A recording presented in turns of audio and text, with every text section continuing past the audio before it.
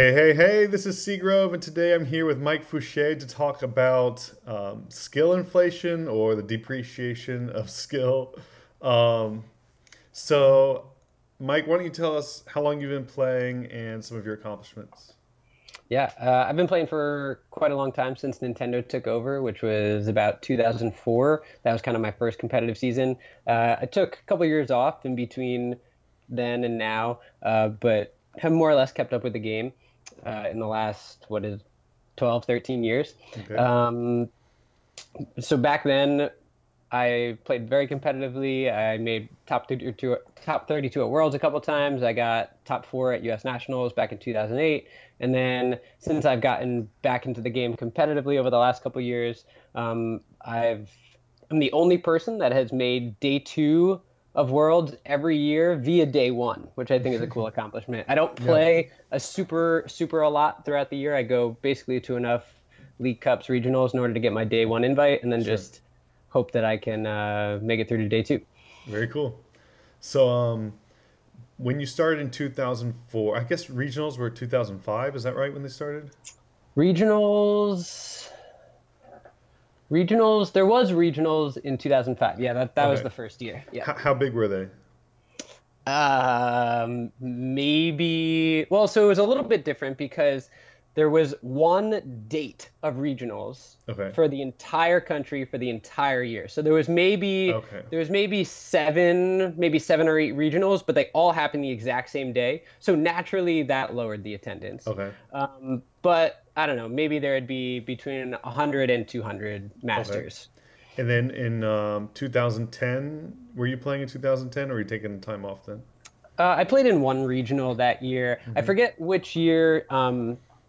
So that was the case. The single regional date was the case for many years, and then somewhere around then, like 2010, they extended it to 2 or 3 weekends, and so it was kind of like a gradual progression to the Okay. system that we have now. I did play in a regional in 2010.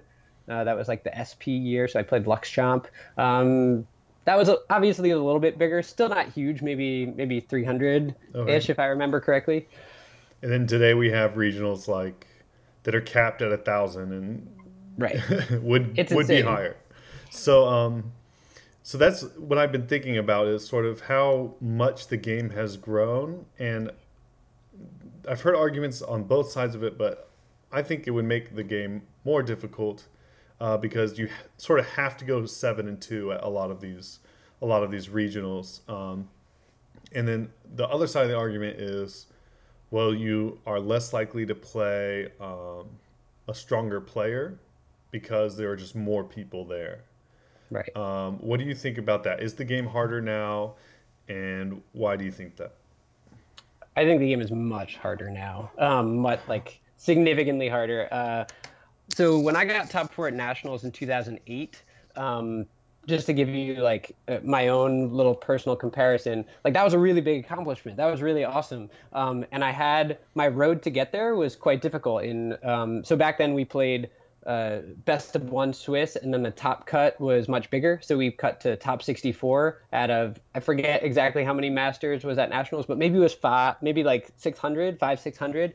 Okay. Um, and so in top 64, I played Puka. Top 32, I played Jason Klaczynski. So like I played two of the best players back to back, and then I played a bunch of other players in top cut. So quite a hard tournament.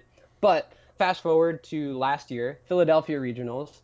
I got second out of at the time of Philadelphia regionals, it was the largest regional ever with over 700 people. So Yeah. that regional tournament was bigger than the national tournament that I got top four at. Right. And and I was thinking about that after the fact, and I was like, wow, I think this might be a more impressive accomplishment even than 2004 or 2008 nationals. So, yeah, I agree the game has gotten much harder. Just I think the average skill level of all players is much higher, Hmm. and that's due to a lot of factors. Just the game's been out longer. People are more The more people that are playing, the more connected people are, and the better they get. And then the advent of just the internet and sharing Hmm. lists at such a high volume and ease of access via things like Six Prizes. Really, Six Prizes and Puka and Pram's website, The Top Cut, were kind of like the originators of this open access to Right. information. And from there, we obviously we have so much now. And so that I think that was kind of like the catalyst of raising the bar of the average player.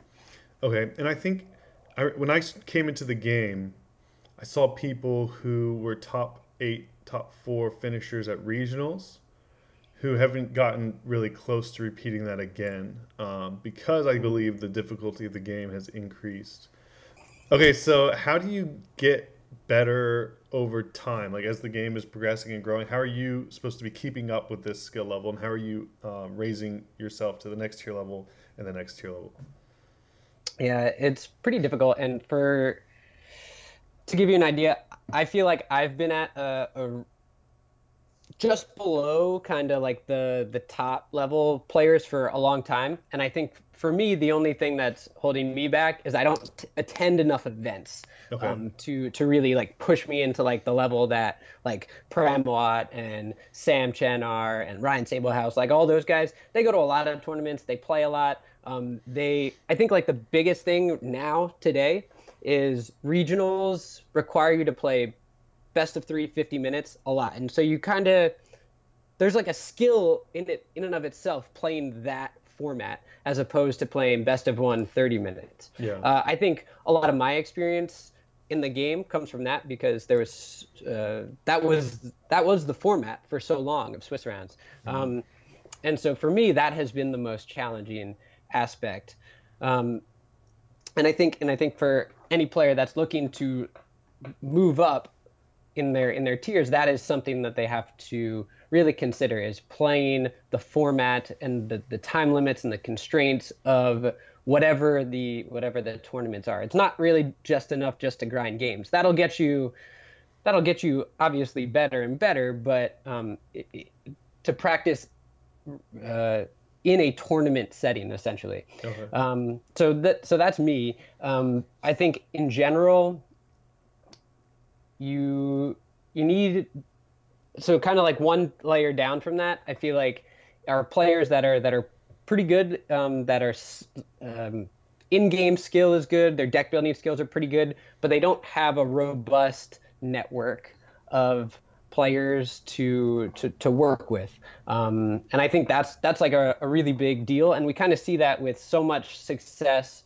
recently of players that are on teams. And teams have always been around, but I think especially in the last couple of years we've seen groups of uh, groups of players that have worked together to be successful. And we, especially now that we see it on the international stage, we see all the U.S. players when they go to Europe, they kind of all work together and try to come up with the best deck. right. And they talk about the plays. They talk about why are we playing this card over this card, and just being able to bounce ideas back and forth at like a rapid pace, I think is really important.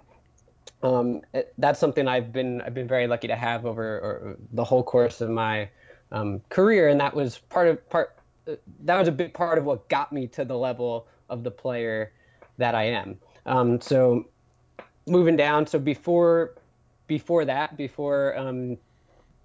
getting all these connections, Right. if you're quite a new player, I think since there is so much open access to information, I think reading articles, watching videos, both of things that like you put out and metagame talks, but also watching actual gameplay. I feel like that is besides obviously playing games. Like this is all in addition to actually playing Right. games because you actually got to play the game to get good.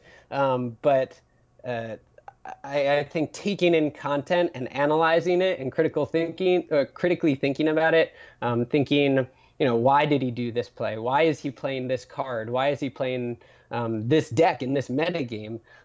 Why is this article talking about these decks? That I think is really important, and it's something that the top players also do. But I think it's a little less necessary for someone like Igor to be reading all of the Poga Beach, someone's PC, Right.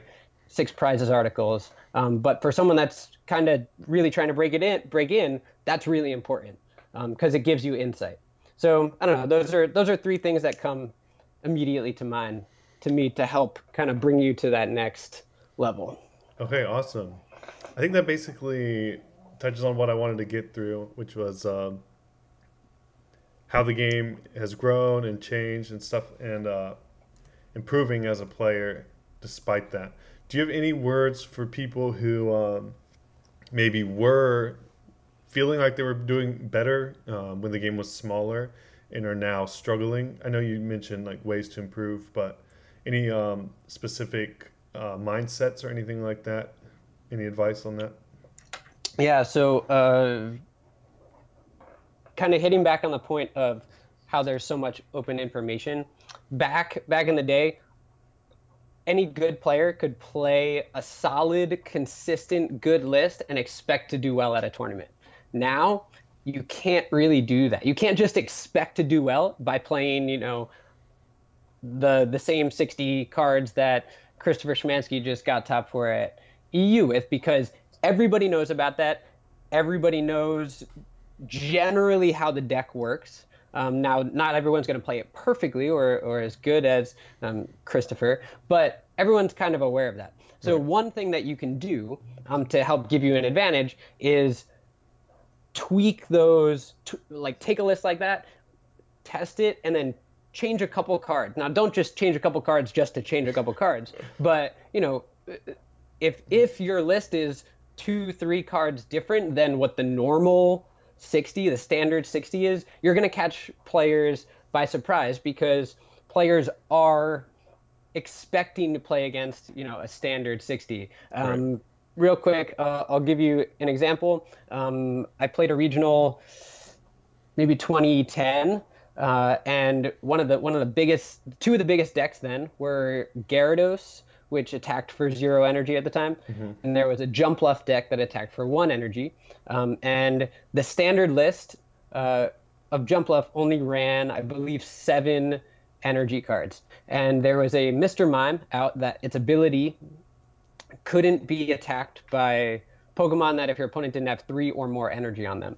So I abused, like, my whole deck choice was based on, I'm going to play against these 2 decks and other decks, but I'm going to play these Pokemon, which was a Donphan line, to beat other decks, and I'm going to play this Mr. Mime to try and to just capitalize on the fact that those are the standard decks, standard lists that didn't really run energy. They didn't run enough energy to get around the Mr. Mime. And I got top 4 at that regionals just strictly because of that. So there's things that you can capitalize on. That in that case, I based my whole deck around what I was expecting. But you can just do little changes that would also capitalize on that fact. Okay, awesome. Thank you so much for your time. Are there any shout outs or anything you want to give? Shout out to Six Prizes. That's who I write for. Shout out to Team X Files. And that's about it. All right, thank you. Thank you.